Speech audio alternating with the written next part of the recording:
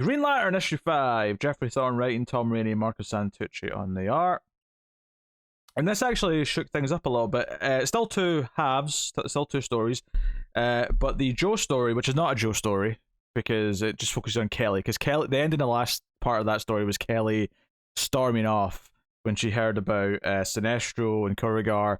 So the first half of this story, instead of the second half, which has typically been the Joe and/or Kelly half, the first half is Kelly's section, and it goes to Kurigar, and Sinestro's had a night with a couple of alien ladies, the complete playboy that he is, and this issue does a really nice job of selling how powerful Kelly might actually end up being when she can actually control and understand her powers and the lantern she's manipulating. Because she basically, like, because at first I wasn't sure what was going on. It was kind of like Sinestro's getting out of bed.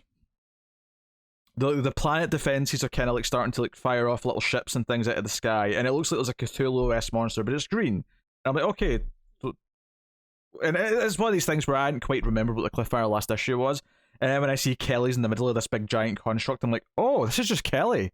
Oh, this is Kelly coming to basically do a one-person invasion of Kurigar. And like doing a pretty decent job, destroying a bunch of their ships. A bunch of Yellow Lanterns come up to fight her.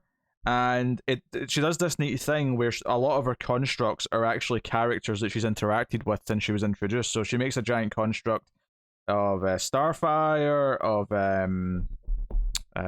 oh god, what's the Jenny Hex? I was trying to remember her name. And she makes a giant construct of John Stewart at one point. It's a really neat thing, and she's fighting their big yellow constructs.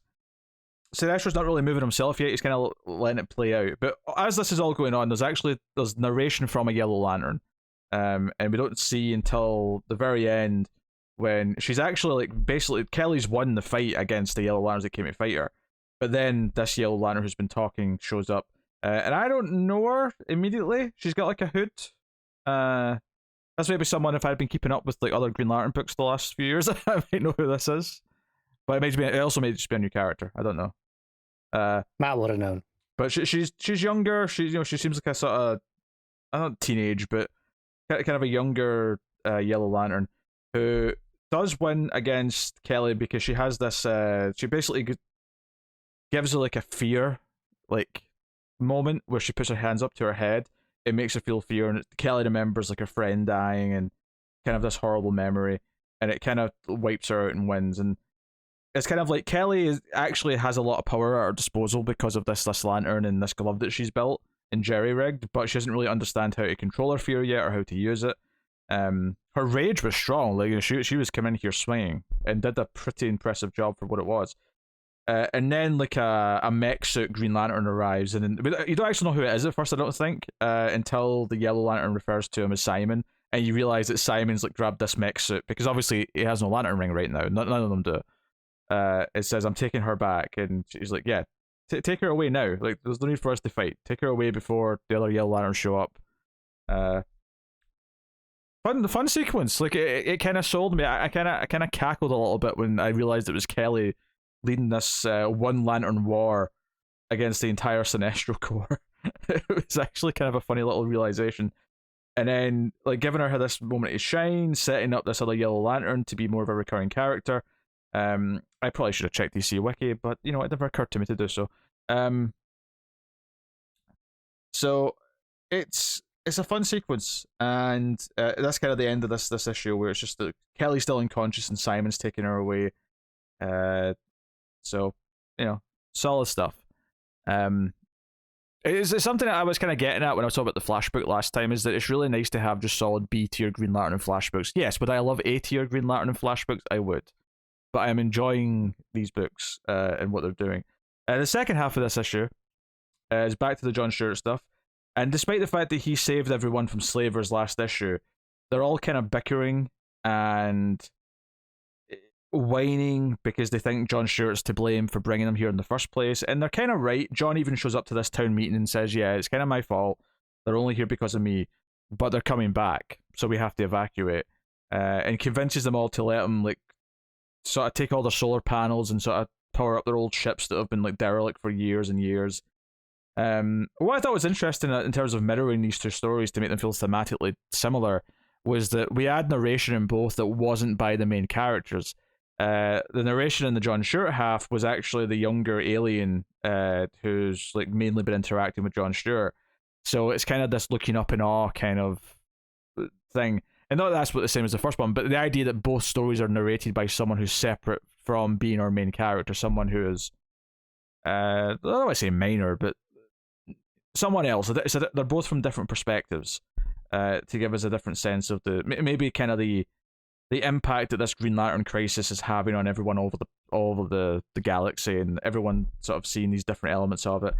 But they actually get off the ship. They evacuate in all the ships. John Stewart and some of the aliens who are on the same ship as him.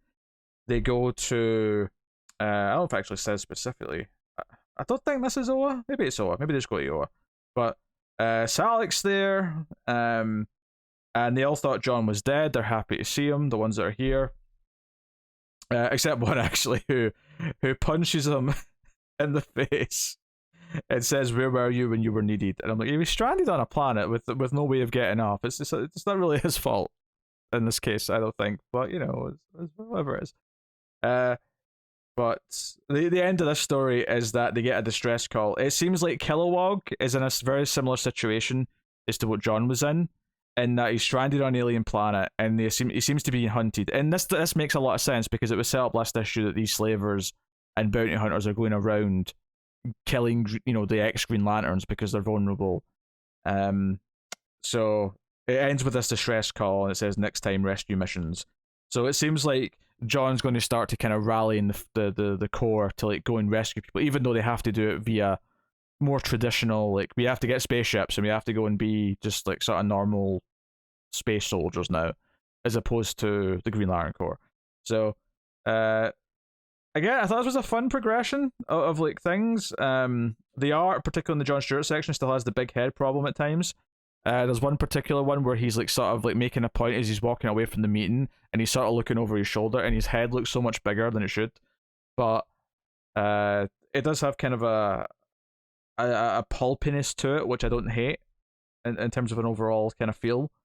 So yeah, really solid B tier stuff again. And I know that sounds like faint praise, but like I'm happy with a solid B tier book that still feels like it has continuity and it still feels like it's building to something, and it does feel like it's building to something. It feels like Thorne has a overall run in mind and where all these things are going, and it's playing with different parts of the Green Lantern, mythos and different characters who are spread out across various places.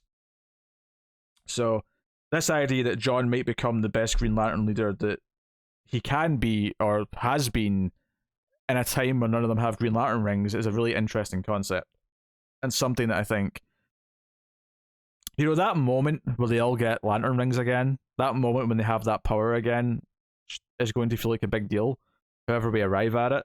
And I think that'll be kind of cool. Plus, everyone loves Kilowog, so showing him in jeopardy at the end is a pretty decent cliffhanger. We expect he's going to be fine. They're going to get there. They're going to save him. But it's a good character to want to go save because we all care about Kilowog. So, whereas that didn't they kill like a relatively popular lantern off screen, like last time? I'm sure I read an article about that recently. I can't remember off the top of my head. Fair enough. I mean, maybe they'll do a shock death, but the point is though is that people like Kilowog and they'll be rooting for the characters to get to him and save him. Whereas if this was Guy Garner, everyone would be like, whatever, get there or don't, No one would be like that except for you. Get there or don't. It's not a big deal. That's fine. It's a big deal. It's not a big deal. So not good stuff.